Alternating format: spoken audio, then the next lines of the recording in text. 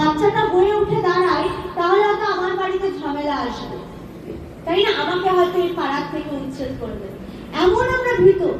তো আমরা কি তাহলে ঘর থেকে কখনো বেরোবো না? আমরা কি বড় হব না? স্বামীজি কিন্তু ভয় পাননি। আমাদের আদর্শ কিন্তু এই বাচ্চাটা, আমাদের আদর্শ কিন্তু স্বামীজি। এইটা মাথায় রাখতে হবে। আমাদের আদর্শ কিন্তু কারা, এটা মাথায় রাখতে হবে। আমাদের আদর্শ কিন্তু ওই ভীত কোনো বাচ্চা নয়, বা ভীত কোনো ওই যে ওই 1000 জনের মধ্যে যে বলছে যে না রাজা আপনি খুব সুন্দর জামা কাপড় পরে আছেন, ওটা কিন্তু আমাদের চরিত্র না। তাহলে আমাদের আধ্যাত্মিক চর্চা করার কিন্তু কোনো প্রয়োজন নেই। আধ্যাত্মিক চর্চা করে যদি এইটুকু না বলতে পারি সত্যটাকে সত্যর মতো করে, তাহলে বুঝতে হবে আমরা মানে আধ্যাত্মিক চর্চা করেও কাপুরুষতা আমাদের মধ্যে থেকে যাচ্ছে না।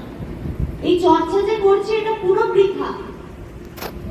কারণ এই চর্চা করছি এই কারণে নিজেকে সবল বানানোর জন্য, কিন্তু দুর্বল বানানোর জন্য নয়। আমরা প্রত্যেকটা মুহূর্তে কিন্তু